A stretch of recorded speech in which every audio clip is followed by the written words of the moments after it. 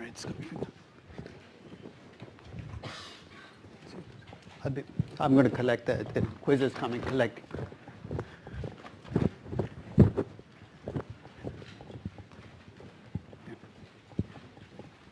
The extra, so if there are extra quizzes, let me take those.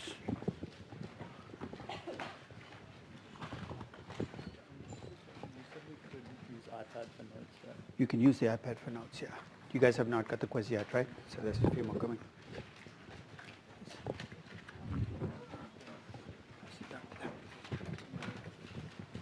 Hey, how are you? Yeah. Just two.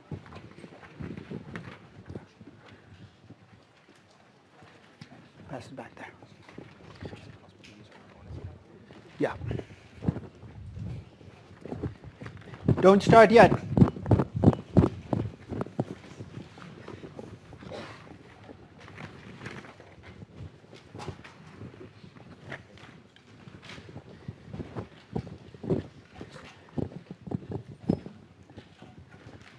So who doesn't have a quiz here? Everybody have a quiz? Okay. What are you looking for? I'll just throw them on the side. It's okay. They become worthless in about 30 minutes. So everybody has a quiz, right? So you wrote your name on the back. Now turn it over and write your name on the front. Make sure it's the same name. That is now the official clock for the class. We've got 30 minutes based on that clock. So when it gets to 4:01:54, we'll be done. So good luck.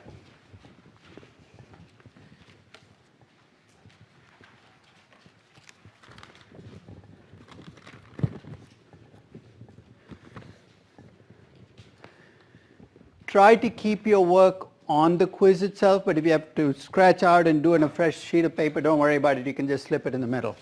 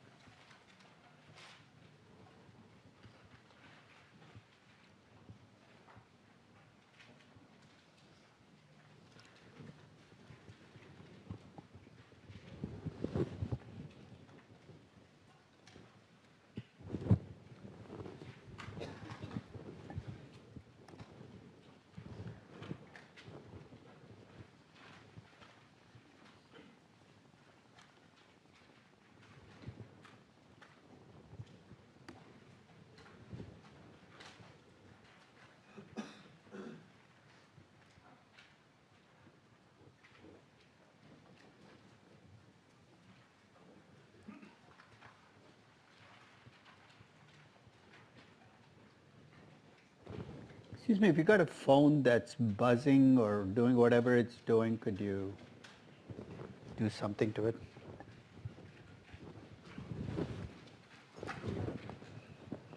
Yeah. Okay.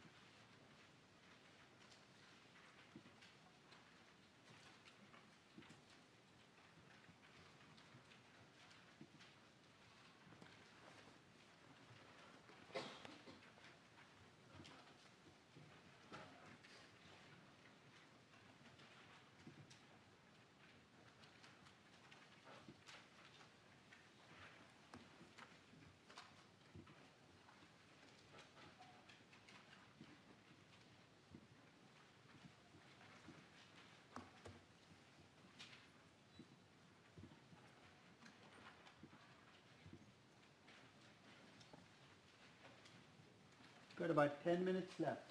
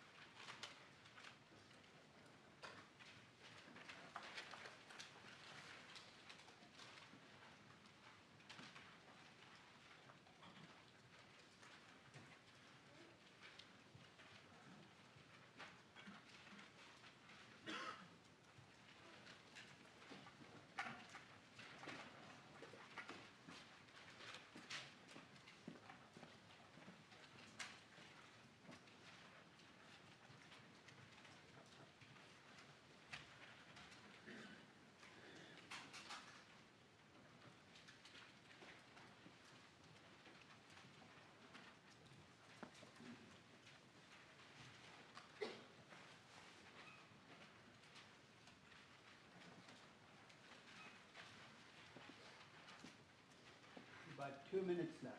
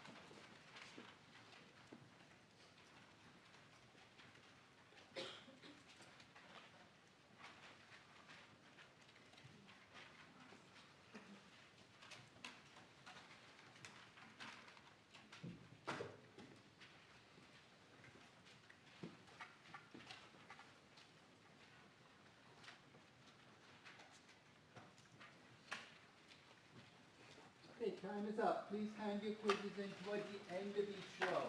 Doesn't matter which end, just hand it in towards the end of each row. Time is up. Stop writing this. Time is up. Folks, time is up. Don't write anymore. Okay?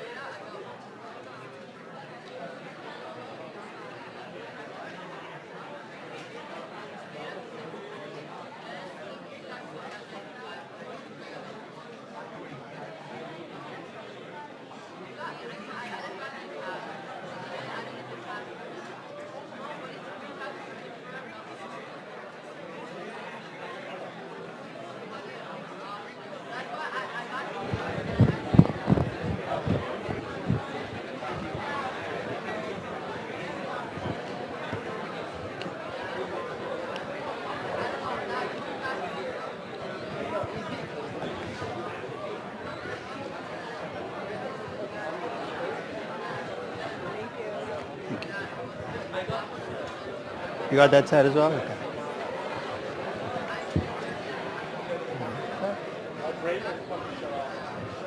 Any quizzes?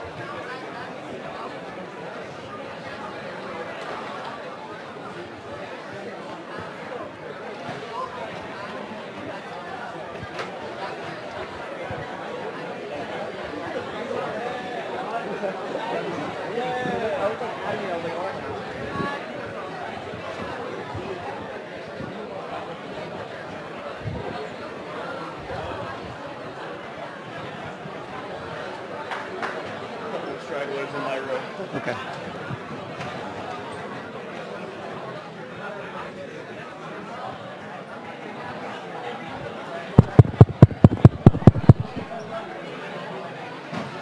Get settled in, folks. We're going to have class in a couple of minutes when I'm giving the 260 people a chance to come back here.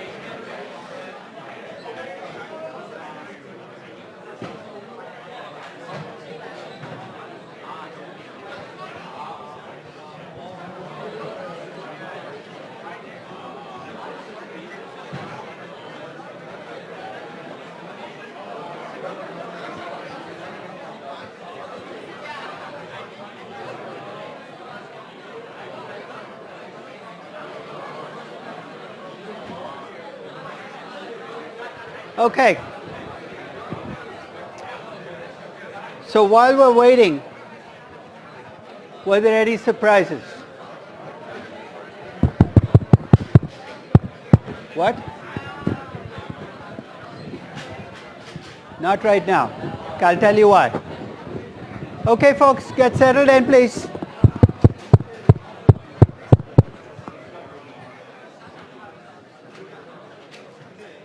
Here's what's going to happen.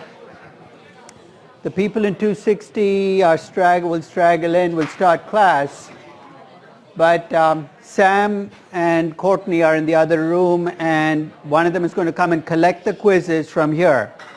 And while we're doing class, they're going to sort them alphabetically. So when I get back to my office at 4:45, there'll be a stack. Folks, stop talking, please. Okay? There'll be a stack alphabetically sorted, and I'll start grading at about 4:46, 4:47, and I won't stop grading till I'm done. So, which will be soon. I will not give you the solutions or access to the solutions till I finish grading, and here's why. If you saw the solutions now, many of you will have meltdowns and freakouts, because if it doesn't match exactly what you got, you're going to say, oh my God, I'm going to get a 0 on the quiz. Okay? And that's not necessarily true. You might be heading for a 0, but if you took a wrong turn at the last step, you're going to get most of the credit. So so I will look to see, because what I'm looking to see is, did you get the basic process? Did you just make a mistake? And I will punish you at the scene of your first crime. You know what I mean by that? If you make a mistake early and it carries through, I won't be doing multiple punishments, but I have a layer of crimes that I have in my hierarchy, so depending on the magnitude of the crime, the punishment will differ. Incidentally, you probably already realized, talking to your neighbor, that you both didn't have the same quiz. It was technically the same quiz. The wording was the same, but the numbers were different. Why? Because I believe in honesty, but I also believe that there are some among us who it's so easy to, even if you don't intend to glance over at the next person. So your neighbor's quiz was not the same as yours, which might leave you with an unexplainable problem if you did the wrong thing. I remember when I say this in my class, people say, but that is so tricky. I said, what's tricky about it? You had a quiz in front of you, do your damn quiz. What does it matter to you what the person next to you is doing? Okay? There was a semester where I got the perfect solution to the wrong quiz. That is really difficult to explain away. So hopefully none of you copied full scale from your neighbor, because you then gave me the solutions to a quiz that was not yours, and none of the numbers are going to match. I don't think any of you would have done that. You look like honest people, so So I will, when I'm done, and record it. The reason I asked you to write the names in the back is very simple. Tomorrow or day after, probably tomorrow, more likely. So sometime during tomorrow, you will get an email from me saying, come and get them. And the quizzes will be on the 9th floor of KMAC, right outside the finance department, face down. Now you can see why I asked you to write your name on the back, right? Go take your quiz. It'll be in alphabetical order, right?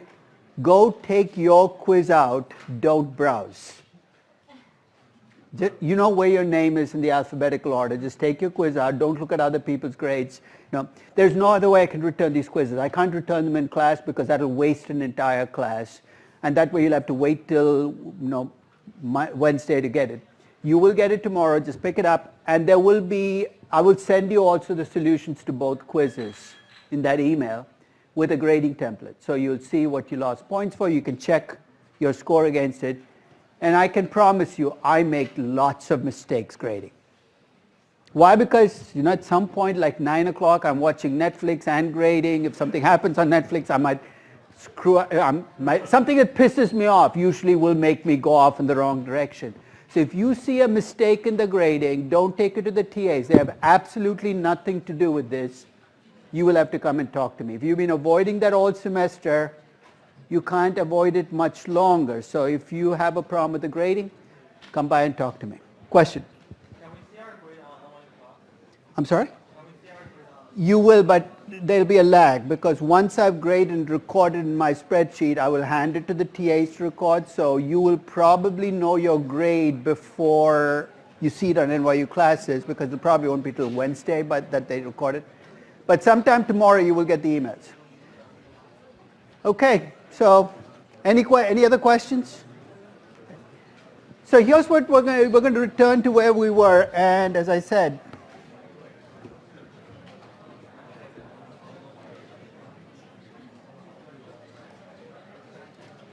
if you remember, we were talking about growth rates. Seems way back in time, but we're talking about growth rates. Folks, come on.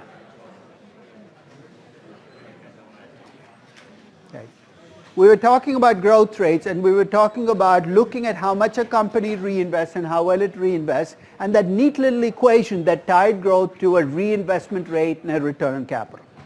I'm going to break that neatness down to that because that equation that we looked at, it's called a fundamental or an intrinsic growth equation, works when your company is stable, has margins that are going to be constant over time, returns on capital that don't change over time. And there are very few companies that meet those requirements. So I want to talk in a more general case about what to do when you have margins changing and returns on capital changing. Because here's what's going to happen. When your return on capital itself is changing, you're going to be able to grow without reinvesting sometimes. And let's take a very simple example. Let's suppose you have a company which has a 5% return on capital, which reinvests absolutely nothing, but improves the return on capital from 5% to 10%. What's that company's growth rate going to be? It is reinvesting zero, right? So if we use the equation, reinvestment zero, the growth should be zero, but the return on capital went from 5 to 10%. Somebody help me. What will the growth rate for this company be? Last year, how much did it make? $5 million on $100 million in invested capital. This year, how much is it making? $10 million. Your income goes from 5 to 10, you're going to get 100% growth rate. This is called efficiency growth. Efficiency growth doesn't require reinvestment. It means improving how you use your assets. And when you have assets that are improving, you can get the efficiency growth driving your growth rate high, at least for a period. So I'm going to use an example. This is a company you've looked at already when we talked about historical growth. It's Motorola. I was valuing Motorola in 1999. Its return on capital was 12.18%. Its reinvestment rate was 53%. If I just stopped there and said, what's the growth rate going to be for Motorola? You'd multiply 12 by 53%, you get a growth rate of 6% plus. And we did that. But let's say that I'm more optimistic about Motorola in the future, and I say, look, I think Motorola's return on capital is going to improve from 12% to 17% over the next 5 years. Think about it. If your return on capital goes from 12 to 17, that's going to be a growth rate by itself of about 40%, right? That 5% over 12 gives you about 40%. But it's going to happen over 5 years. So here's what I'm going to do. I'm going to take first the assumption that on the new investments, they will make the higher return on capital. So the first term is my fundamental growth equation. 17% times 53% is my growth rate. The second term in the equation is the efficiency growth. As I go from 12 to 17%, I'm computing how much my growth rate will be higher each year. And guess what? Each year I will add about 8% more to my growth rate because I'm improving return on capital. I'm trying to give a way out for some of you who are working with mature companies with terrible returns on capital. Some of you pick bad companies. They're in bad businesses. They're earning 4 or 5% return on capital. If you earn a 4 or 5% return on capital, you can already see that giving them a high growth rate with the old equation is not going to give you a high number, because with a low return on capital, your growth is going to be low, unless you believe the company will improve its return on capital from whatever it is today to some higher number. So in general, when you think about growth, you've got growth from reinvestment and growth from efficiency. The sum of those two numbers will be the growth rate for your company. So I'm going to give you 5 different companies, all with the same growth rate. And I have a very simple task for you. All of them look the same in terms of growth, but I want you to rank these companies from the most valuable growth. Because remember, growth can have high value, it can have no value, it can actually have negative value. I want you to rank these companies from highest value growth to lowest value growth. So the first company has a reinvestment rate of 20% and a return on capital of 50%. Its growth rate is 20 times 50, 10%.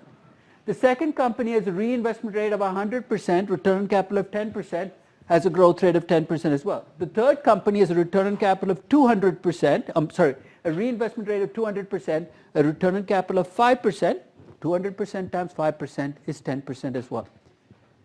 Companies 4 and 5 have have reinvestment rates of pretty low, but they get improvement in their existing return on capital. All 5 companies have exactly the same 10% growth rate. So if you looked at them in terms of growth, they all look the same, right? But I'm going to argue that if you look across these companies, some of these companies have very valuable growth, some have no value growth, and some have negative value growth. And I'm going to give you the variable that will let you differentiate across them. They all have a 10% cost to capital. What's the cost of capital? It's what you need to make on projects to break even. So let's start easy here. Which of these companies is just running in place? It's growing, but it's not adding absolutely no value. I have 5, 3, 2, might as well complete the spectrum, 4 and 1 to be thrown in there too. What's the definition of creating no value? You earn a return on capital equal to your cost of capital. You're growing, but you're not adding value, you're not destroying value. Company 2 is just running in place. It's growing, but it's earning a return on capital exactly equal to the cost of capital. So that's your zero value company. Which is the company that that's creating the highest value? You're getting a 10% growth rate for company 1, but it's doing a very little reinvestment. Do you see the benefit of investing in company 1? You're going to get a 10% growth rate, and you're going to be able to collect this huge cash flow. So in terms of the most value growth, company 1 is best, because it creates the same growth rate with a lot less reinvestment. Company 3 is the worst, because you're getting a 10% growth rate, but how is it doing it? Taking terrible projects. And companies 4 and 5 are going to look good for a year, but then they're going to bounce back to a much lower growth rate. So they'll be nice for a year, but not for the long term. All I'm trying to say is we treat high growth companies as winners without even looking under the surface. You can be a high growth company and a really good company, a high growth company and a neutral company, and a high growth company that's a bad company. But to make that differentiation, you have to look past the growth rate, what kind of return on capital they're making and how much they're reinvesting.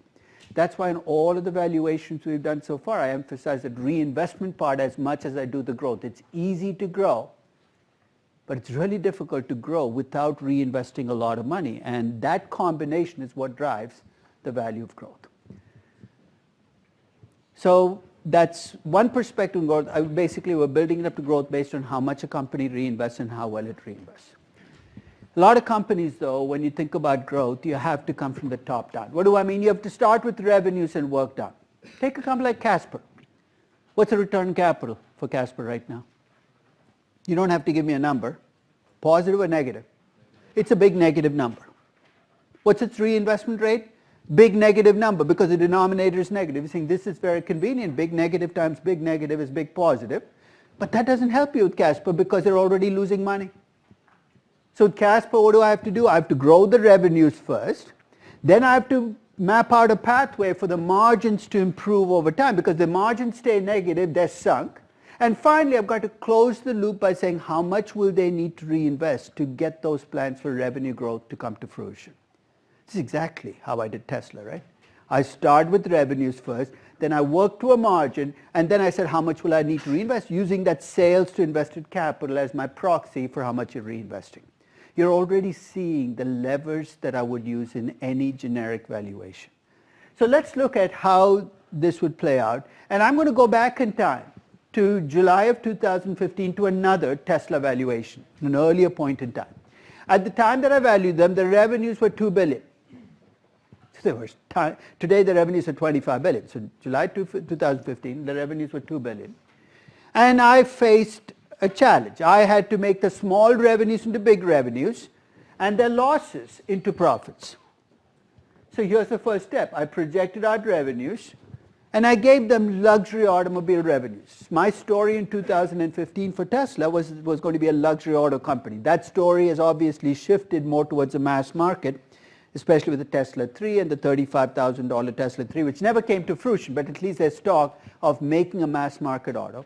So if you think about the revenue growth, my revenue growth is tailored to give them revenues that reflect a luxury auto company, $79 billion. $2 billion becomes $79 billion. That's a pretty optimistic path, right? We'll come back and deal with whether it's optimistic or not, but that's my revenues growing. Their margins right now are negative. If they stay negative, we know exactly what Tesla is worth. It's worth nothing. So I have to improve margins. And the question I faced was, what do the margins look like? I gave them margins at the 75th percentile of the automobile business then. How has that story changed? In my 2019 valuation of Tesla, I've actually made them a kind of melded auto tech company. But in 2015, I viewed them as an automobile company, so I picked the margin. And then I moved the margins from where they are today to 12%. You're saying, how did you come up with those intermediate numbers? You know, if you look at the improvements over time, basically I'm actually taking steps which, if you work them down, are pretty close to linear. I'm just going from where it is now to 12%. I'm taking the difference and dividing by 10. You're saying that's so unsophisticated. I agree. If you want to play with this, remember, it's not going to affect your valuation that much. I'll give you ways. This is called the pathway to profitability. So when we get closer to this and start valuing young companies, we'll talk about why the pathway might be rockier for some companies and what the mechanism for adjusting this. So in this table, what do we have? Small revenues becoming big revenues and losses becoming profits. It's so easy to do on a spreadsheet. Much more difficult to do in practice, actually, running a company. But in a spreadsheet, I can make any company look substantial and profitable. The loose end here, though, is to make my revenues go from $2 billion to $79.6 billion. Remember, Tesla has to sell almost 1.5 million cars to get to 79. Its capacity right now is only, about, at least in July 2015, was about 250,000 cars. So what's the final loose end? I've got to come up with how much they will need to reinvest.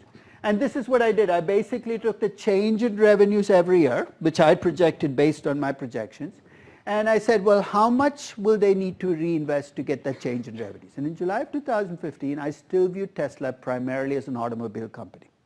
That 1.55 that you see there is what a typical automobile company has to invest to get. So a typical automobile company to get $1.55 in revenues has to invest $1 in invested capital. So here's how it works. Take the change in revenue in year one, 1.309 billion, you divide by 1.55, there's my reinvestment. What goes into reinvestment? CapEx, working capital, R&D, acquisitions. You're saying, why aren't you breaking it down? Why am I not breaking it down? I don't know where the reinvestment is going to come from. Elon Musk doesn't know where the reinvestment is going to come from. Why would I put this hat on saying I'm going to break it down when nobody really knows? This much I know. For them to grow as much as I'm projecting them to grow, they will have to reinvest a lot of money. I just have no idea in what. And ultimately, it's the cash flow that matters. So that reinvestment becomes what I subtract out. So basically, I have revenues, I have operating income. You're saying, how come I'm not paying taxes in the first year? It's because you're losing money. But even when they're making money, it doesn't look like they're paying taxes almost until, year 4.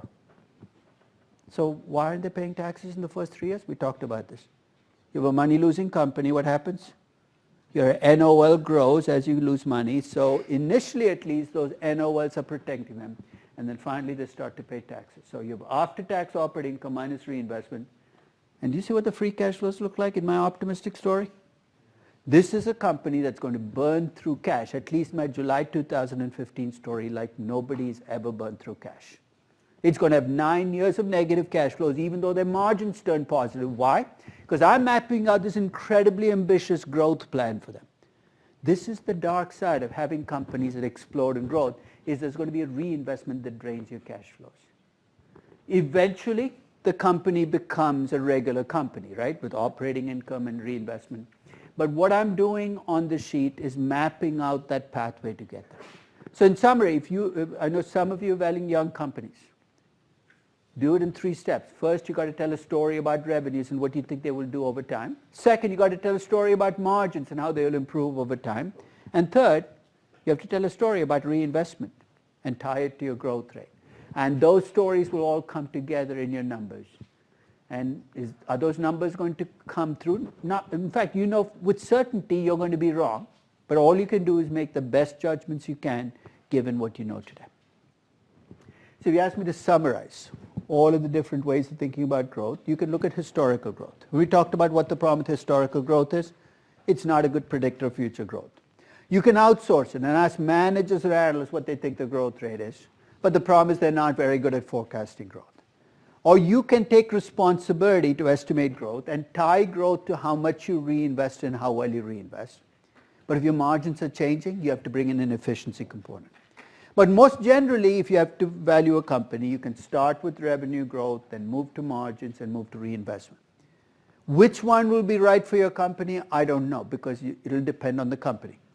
But at least you have a menu of choices you can look at. And my suggestion is, why not look at all the choices before you decide which one is right for you?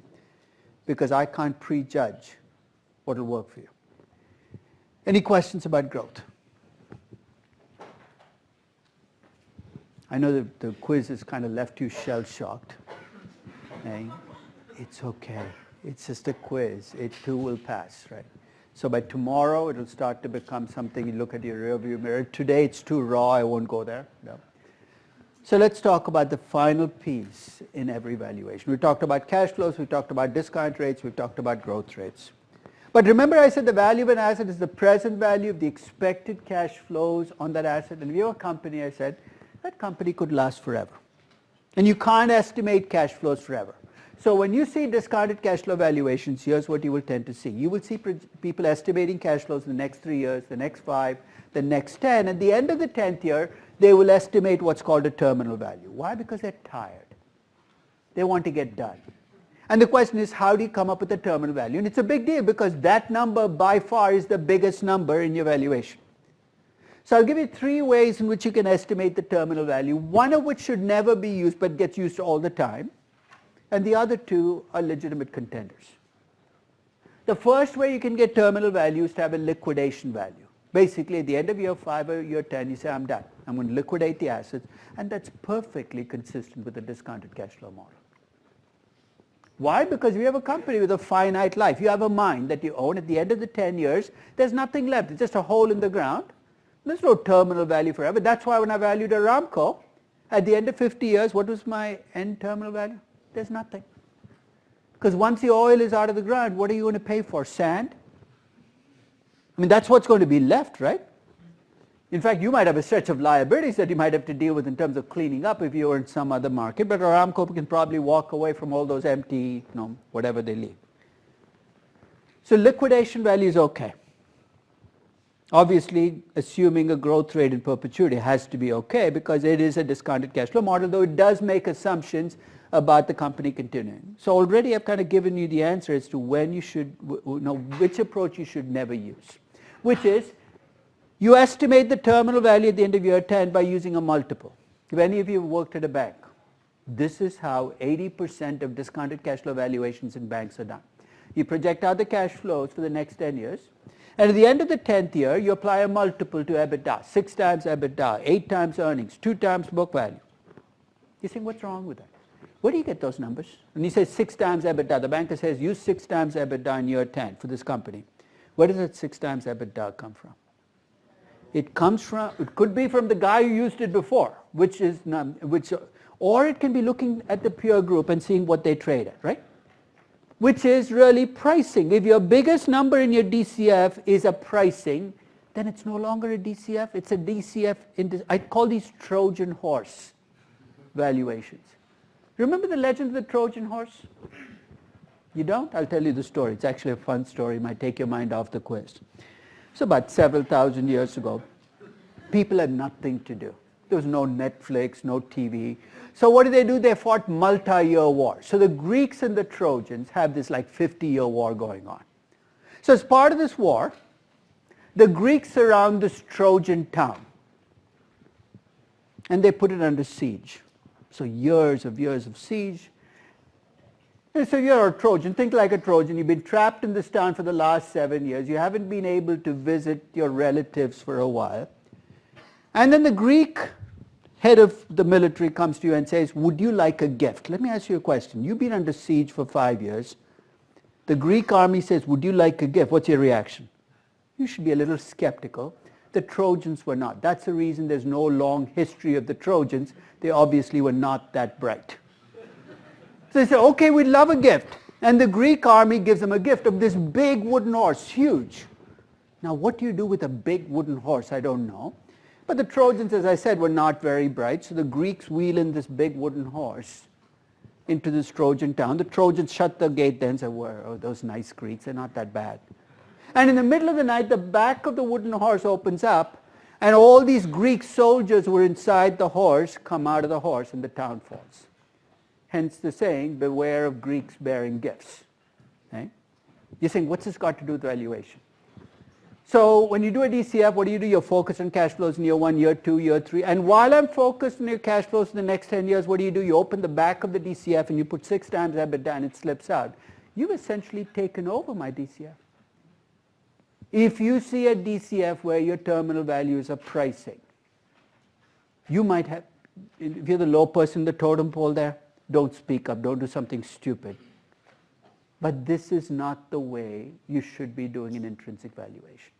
So here's what I'd like to talk about. I'd like to talk about using one of the two approaches that are okay, right? Either liquidation value or terminal growth. But I'm going to talk about one of the reasons why bankers are worried about terminal growth models. They claim that you can get explosive values and strange things can happen. But I'm going to impose some rules on terminal value that are going to keep you on the reservation, keep you from doing weird things. So in the terminal growth equation, here's what you do. You project out cash flows in the next 10 years. In the end of the 10th year, you stop and you assume your cash flows will grow at a constant rate forever. You know what that buys you? It buys you an infinite series in mathematics. And in that infinite series, that terminal value can be written as your cash flows 1 year after. That's always the case. So to get the terminal value in year 10, I always have to do cash flows in year 11 and divide by the difference between my discount rate and the growth rate. This is the most deadly equation in all of finance because you can do some really serious damage to yourself with this equation. And let's see why. Look at the denominator. What do you have? R minus G, right? So let's say you sit down to do a valuation. You use a G of 1.5%, and you come up with too low a number. You know what I mean by too low a number? Remember I said most valuation you start with a number in your head, and you want to get there. 1.5% gave you too low a number. So here's what you do. You take the 1.5, and you make it 1.7. Then you make it 2. Then you make it 2. And as you're doing this, what's happening? R minus G is getting smaller. And if you don't stop, you're going to have what I call Buzz Lightyear valuations. Because as G approaches R, what happens to your terminal value? To infinity and beyond. So I would get a Buzz Lightyear figure, put it right in front of you, and say, I don't want to be like Buzz. So when you use that growth rate forever, it comes with a cap, right? Because if you have a company growing at a fixed rate forever, that growth rate cannot exceed the growth rate of the economy in which you operate. Why? Because if you let it grow at a rate faster than the economy, your company will become the economy. Then what? Globalization. Okay, keep going. About 25 years later, it'll be the global economy. Then what? You kind of keep hitting caps. This is one of those things where there is no room to compromise. You say, can I set the growth rate? It's a little bit over the growth rate of the economy? No. That's like being a little bit pregnant. It doesn't quite work. This is one of those 0-1 things. You either broke the rules or you did not. You're either pregnant or you're not. You either broke the rules or you're not. This one, don't mess with it. You just have to. And I'm actually going to impose a very simple proxy for growth rate in the economy. Because otherwise you're going to be asking economists what the growth rate is. And they have no idea what they're talking about anyway. The proxy I'm going to use is the risk-free rate. And think of why. What goes into risk-free rate? Expected inflation plus an expected real interest rate.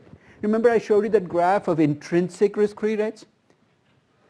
This is actually terrible news if you're valuing a US company. Remember I told you that change was coming at the start of the semester? And one of the changes is, of course, last week was a kind of mind-blowing change. It was a test of your faith. But what happened to the T-bond rate over the course of the week? In fact, it's hit 1%. Which means if you're valuing a company in US dollars, what have I just told you? That your growth rate in perpetuity is going to be capped at 1%. You're saying this is not fair. Hey, you weren't complaining about what was fair when you used the 1% as your risk-free rate when you did your cost of capital and came up with a really low number. It is to keep balance that I'm going to do it. So I'm going to argue that your risk-free rate is a good proxy for the nominal growth rate in the economy because embedded in the risk-free rate, inflation and real interest rate. In fact, I'll back it up with some empirical backing.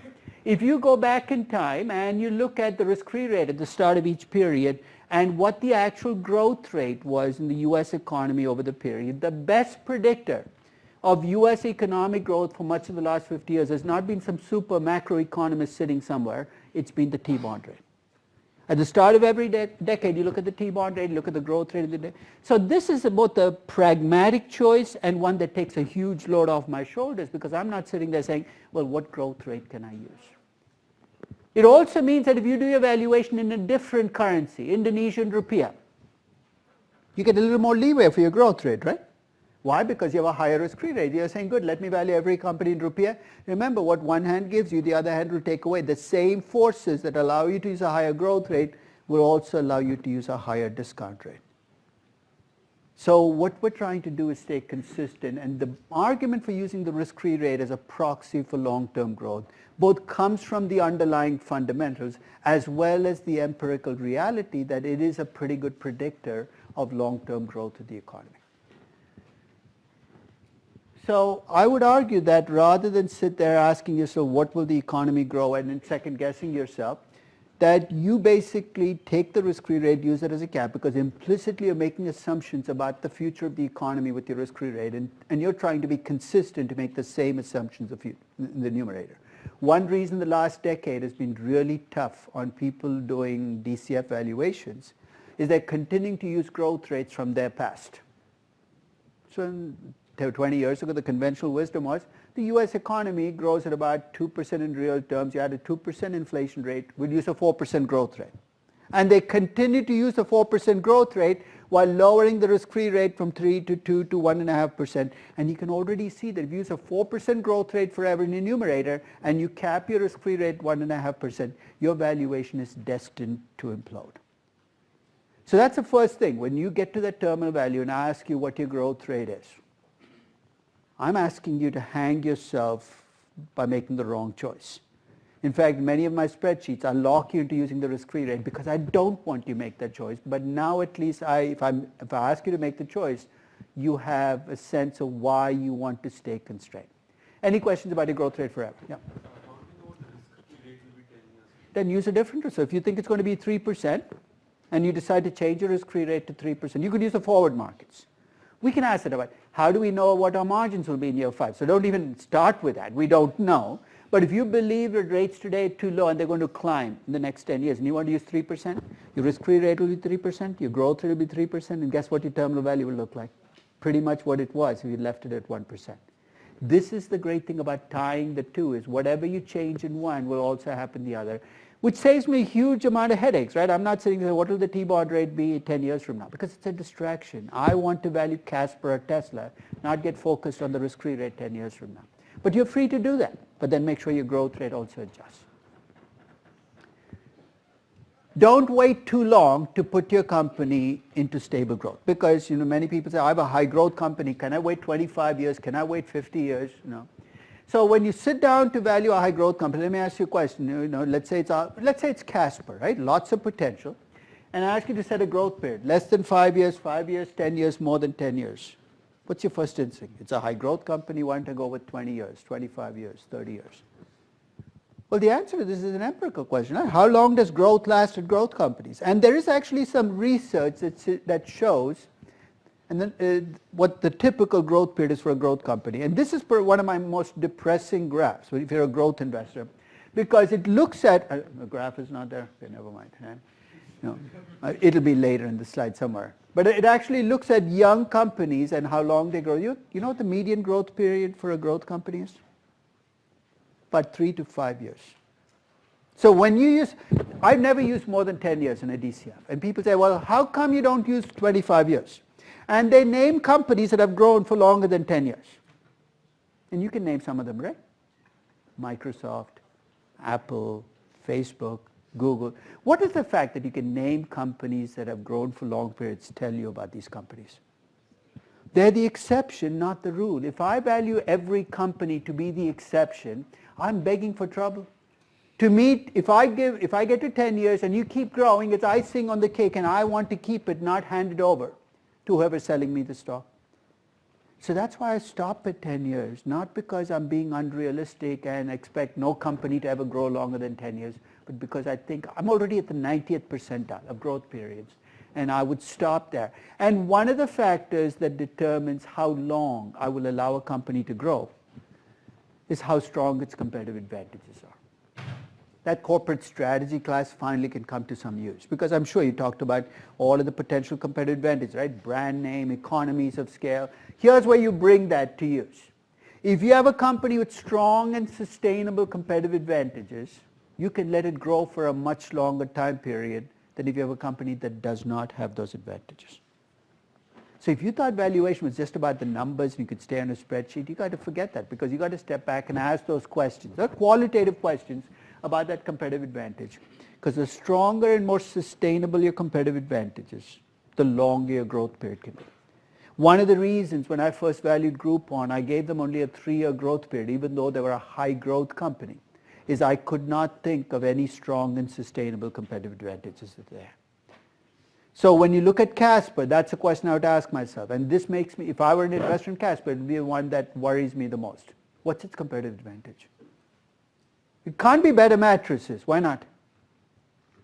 Because they don't even make their own mattresses. The manufacturers of their mattresses actually make the mattresses for Lisa and 3 other competitors. So it can't be the quality of the mattress, because it's the same foam mattress. Could it be economies of scale? If you don't make your own mattresses, what economies of scale? It can't be that.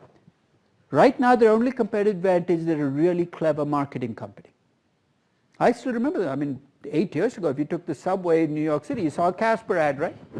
In fact, I think they have an actual store right on Broadway. You can walk over there, walk in, don't buy anything.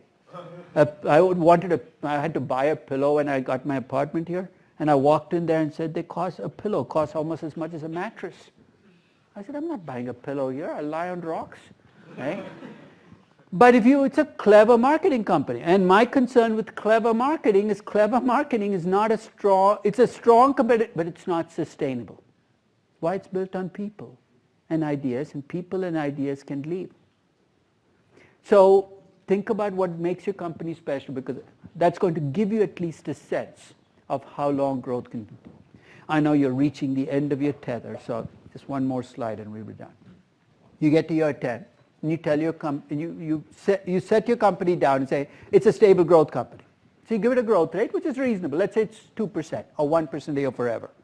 Don't forget everything we talked about in the context of growth. To grow, what does a company have to do? It has to reinvest. And now that you're in the terminal value stage of your calculation, you can no longer assume efficiency growth. Why not? Because a company can't stay efficient forever. It can't keep creating growth from efficiency. So it has to come from reinvestment. So here, that equation that we came up with, where we said the growth for a company is the return on capital times the reinvestment rate, becomes the equation that has to hold. So if you have a company that's going to grow 1% a year forever, and it has a 10% return on capital, guess how much it has to reinvest every year starting in year 10? To get a 1% growth with a 10% return on capital, 1 divided by 10 is 10%, your reinvestment rate has to be 10%. If that same company has a 5% return on capital, to grow at 1% a year, it'll have to reinvest 20%. If it has a 20% return on capital, it can reinvest 5%. This is how we reward good or bad and punish bad companies in your terminal value calculation. I'm going to send you a weekly challenge, which I'm sure none of you will try because you're sick and tired of valuation, and I don't blame you. But if you do get a chance, try it, because it's about computing terminal value and changing your growth rate, because it's challenge the conventional wisdom that if you raise the growth rate, the terminal value always goes up. So I will see you on Wednesday, but watch for the email tomorrow, and once it comes, the quizzes will be out. You can pick them up and do what you want.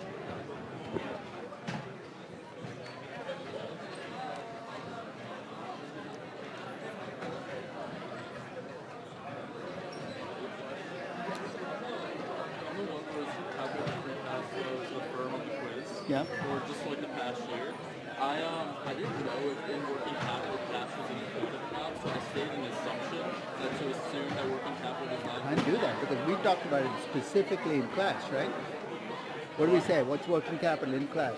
Take a look at the notes, because that's actually, we were actually spent about 10 minutes in class talking about why cash should never be included in working capital. Be included? Never be included. Oh, so that assumption was correct then. So, it So doesn't you took matter. cash out. So Oh, you mean it's well? No, I didn't know whether I know to not use a non-reversion cash working capital. I know to do that, but I didn't know if the one that was listed Oh, there you was said. non-cash or included cash. Oh, I see. Okay. So I assumed that the working capital Then was I'll, listed. did you write it? I wrote- I Okay, then I'll be fine.